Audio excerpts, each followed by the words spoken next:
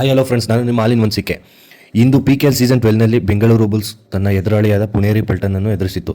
So ಈ ಸರಿ open ಆದಾಗ ಫಸ್ಟು ನಮ್ಮ ಬೆಂಗಳೂರು ಬುಲ್ಸ್ ಮಾಡಿದ ಮ್ಯಾಚೇ ಇದೇ ಪುಣೇರಿ ಪಲ್ಟನ್ ಮೇಲೆ.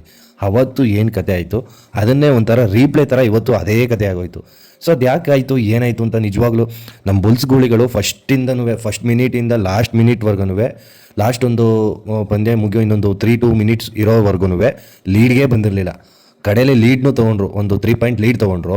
ಅದನ್ನು ಉಳಿಸ್ಕೊಳ್ಳೋಕ್ಕಾಗ್ದಲೆ ಮತ್ತೆ ಬಿಟ್ಕೊಟ್ಟು 29-29 ಸಮ ಮತ್ತೆ ಟೈ ಆಯಿತು. ಟೈ ಬ್ರೇಕರ್ನಲ್ಲಿ ಮತ್ತೆ ಎಡವದ್ರು. ಅದೇನೋ ನಮ್ಮ ಬುಲ್ಸ್ ಗೋಳಿಗಳಿಗೆ ಅದೇನೋ ಟೈ ಬ್ರೇಕರ್ ಅಂದರೆ ಅದೇನು ಆಗ್ಬಿಟ್ಟಿದೆಯೋ ಗೊತ್ತಿಲ್ಲ. ಸೊ ಆಲ್ರೆಡಿ 3 ಸಲ ಟೈ ಬ್ರೇಕರ್ ಆದರೂ 3 ಸರಿನೂ ಸೋತ್ಕೊಬಂದಿದ್ದಾರೆ. ಇದೇ ಪುಣೇರಿ ಪಲ್ಟನ್ ಮೇಲೆ 2 ಸರಿ ಆಯಿತು, 2 ಸರಿನೂ ಸೋತ್ಬಿಟ್ರು. ಅದೇನಾಗ್ತಿದೆಯೋ ಟೈ ಬ್ರೇಕರ್ ಅಂದರೆ ಅದೆಷ್ಟು ಭಯ ಪಡ್ತಿದ್ದಾರೋ ಏನೋ. ಅದಂತೂ ನಮ್ಮ ಕೋಚ್ BC ರಮೇಶ್ ಅವರು ತುಂಬ ಪರಿಶ್ರಮದಿಂದ ಕಟ್ಟಿರೋ ಟೀಮ್ ಆದ್ರೂ ಅದೇನೋ ಕ್ಲೈಮ್ಯಾಕ್ಸಲ್ಲಿ ಹತ್ರ ಬರ್ತಿದ್ದಾರೆ, ಕ್ಲೈಮ್ಯಾಕ್ಸಲ್ಲಿ ಮತ್ತೆ ಎಡುತ್ತಿದ್ದಾರೆ.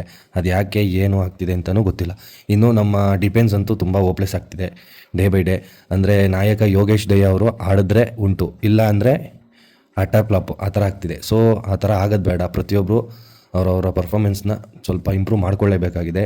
ಸೊ ಮುಂದಿನ ದಿನಗಳಲ್ಲಿ ಈ ಥರ ಸೋಲ್ತಾ ಹೋದರೆ ಈ ಸೀಸನ್ನಲ್ಲಿ ನಮ್ಮ ಗೂಳಿಗಳಿಗೆ ಆಲ್ರೆಡಿ 6ನೇ ಸೋಲು. ಇವತ್ತು 6ನೇ ಗೆಲುವು ಬರುತ್ತೆ ಅಂದ್ಕೊಂಡು, ಸೊ ಆಗಲಿಲ್ಲ, 6ನೇ ಸೋಲು ಸಿಕ್ಕಿದೆ. ಸೊ ಇರಲಿ, ಇದು ಮೊದಲನೇ ಪಂದ್ಯದಲ್ಲಿ ಏನಾಗಿತ್ತು ಅದೇ ಥರ ರೀಪ್ಲೇ ಆಗೋಯಿತು. ಅದೇನೋ ಈ ಪಂದ್ಯದಲ್ಲಿ ಆ ಸೇಡ್ ತೀರಿಸ್ಕೋತಾರೆ ಅನ್ನೋ ನಂಬಿಕೆ ಇತ್ತು. ಆದರೆ ಏನು ಮಾಡೋಕ್ಕಾಗಲ್ಲ. ಸ್ಟಾರ್ಟಿಂಗಿಂದ ಸ್ವಲ್ಪ ಅವರು ಲೀಡಲ್ಲೇ ಇದ್ದರು. ಲೀಡು ಅಂದರೆ ತುಂಬ ದೊಡ್ಡ ಲೀಡಲ್ಲಿ ಏನಿರಲಿಲ್ಲ. 3 ಪಾಯಿಂಟು, 4 ಪಾಯಿಂಟು, 5 ಪಾಯಿಂಟು, ಹೈಯೆಸ್ಟ್ ಒಂದು 6 ಪಾಯಿಂಟ್ ಲೀಡು, ಏನೋ ಒಂದು ಸರಿನೋ 2 ಸರಿನೋ ಹೋಗಿದ್ರಷ್ಟೇ. ಆದ್ರೂ ನಮ್ಮ ಗೂಳಿಗಳು ಕಂಬ್ಯಾಕ್ ಚೆನ್ನಾಗಿ ಮಾಡಿದ್ರು. ಲಾಸ್ಟ್ 3 ಮಿನಿಟ್ ಇದ್ದಾಗ ಆಲ್ಔಟ್ ಕೊಟ್ಟರು. ನಿಜಕ್ಕೂ ಇನ್ನೇನು ಗೆದ್ದೇ ಬಿಟ್ರು ಬಿಡಿ ಅನ್ನೋ ಅಷ್ಟರಲ್ಲಿ ಸ್ವಲ್ಪ ಎಡವಿದ್ರು. ನಮ್ಮ ಕನ್ನಡಿಗ ಗಣೇಶ್ B ಹನುಮಂತಗೌಡ ಅವರು ಫಸ್ಟ್ ಬಂದು ಅವರು ಸಬ್ಸ್ಟಿಟ್ಯೂಟರ್ಸ್ ಆಗಿ ಬಂದು ಒಂದು ಆಲ್ಔಟ್ ಆಗೋಕ್ಕೆ ಒಂದು ಸಣ್ಣ ಕಾಣಿಕೆ ಅಂತೂ ಕೊಡ್ತಾರೆ. ಅದೇ ರೀತಿ ನಮ್ಮ ಟೀಮು ಡ್ರಾ ಮಾಡ್ಕೊಳ್ಳೋಕ್ಕೂ, ಟೈ ಆಗೋಕ್ಕೂ ಅವರಿಂದನೇ ಒಂದು ಸಣ್ಣ ತಪ್ಪೂ ಆಗುತ್ತೆ. ಸೊ ಏನೂ ಮಾಡೋಕ್ಕಾಗಲ್ಲ. ಇರಲಿ, ಮುಂದಿನ ದಿನಗಳಲ್ಲಿ ಇದನ್ನೆಲ್ಲ ತಿದ್ದುಕೊಂಡು ಗೆಲ್ತಾರೆ ಅನ್ನೋ ನಂಬಿಕೆಯಿಂದ ಹೇಳ್ತಾ ಇದ್ದೀನಿ. ಸೊ ಇನ್ನು ಬೇರೆ ಎಲ್ಲ ಪ್ರತಿಯೊಬ್ಬರು ಅವ್ರವ್ರ ಪರ್ಫಾರ್ಮೆನ್ಸ್ನ ಸ್ವಲ್ಪ ಇಂಪ್ರೂವ್ ಮಾಡ್ಕೊಬೇಕಾಗಿದೆ. ಸೊ ಆಡ್ತಿದ್ದಾರೆ, ಆದರೆ ಆ ಇಂಪ್ರೂವ್ಮೆಂಟು ಸ್ವಲ್ಪ ಕಮ್ಮಿ ಆಗ್ತಿದೆ. ಸೊ ಎಡುತ್ತಿದ್ದಾರೆ, ಹತ್ತತ್ರ ಬಂದು ಎಡುತ್ತಿದ್ದಾರೆ. ಅದನ್ನು ಸ್ವಲ್ಪ BC ರಮೇಶ್ ಅವರು ತಲೆಗೆ ಹಾಕ್ಕೊಂಡು ಸ್ವಲ್ಪ ಈ ಕ್ಲೈಮ್ಯಾಕ್ಸ್ನ ಕೊಡೋದು ಹೇಗೆ ಅಂತ ಸ್ವಲ್ಪ ಹೇಳ್ಕೊಳ್ಬೇಕಾಗಿದೆ.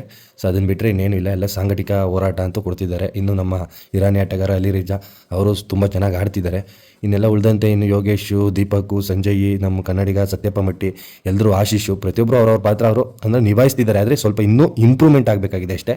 ಸೊ ಮುಂದಿನ ದಿನಗಳಲ್ಲಿ ಮ್ಯಾಚ್ಗಳು ಕಡಿಮೆ ಇವೆ, ಇನ್ನು ಗೆಲ್ಲೇಬೇಕಾಗಿದೆ. ಸೊ ಇನ್ನು ಮುಂದೆ ಆದ್ರೂ ನೆಕ್ಸ್ಟ್ ಪಂದ್ಯದಲ್ಲಿ ಸ್ವಲ್ಪ ಕ್ಲೈಮ್ಯಾಕ್ಸಲ್ಲಿ ಎಡುವುದೇ, ಅದರಲ್ಲೂ ಟೈ ಬ್ರೇಕರ್ನಲ್ಲಿ. ಅದೇನೋ ಟೈ ಬ್ರೇಕರ್ ಅಂತ ಬಂದರೆ ಸಾಕು, ನಮ್ಮ ಗೂಳಿಗಳು ಏನಾದರೂ ಒಂದು ಸಣ್ಣ ಮಿಸ್ಟೇಕ್ ಮಾಡಿ ತಪ್ಪು ಮಾಡ್ಕೋತಿದ್ದಾರೆ. ಸೊ ಅದನ್ನು ಮಾಡೋದು ಬೇಡ.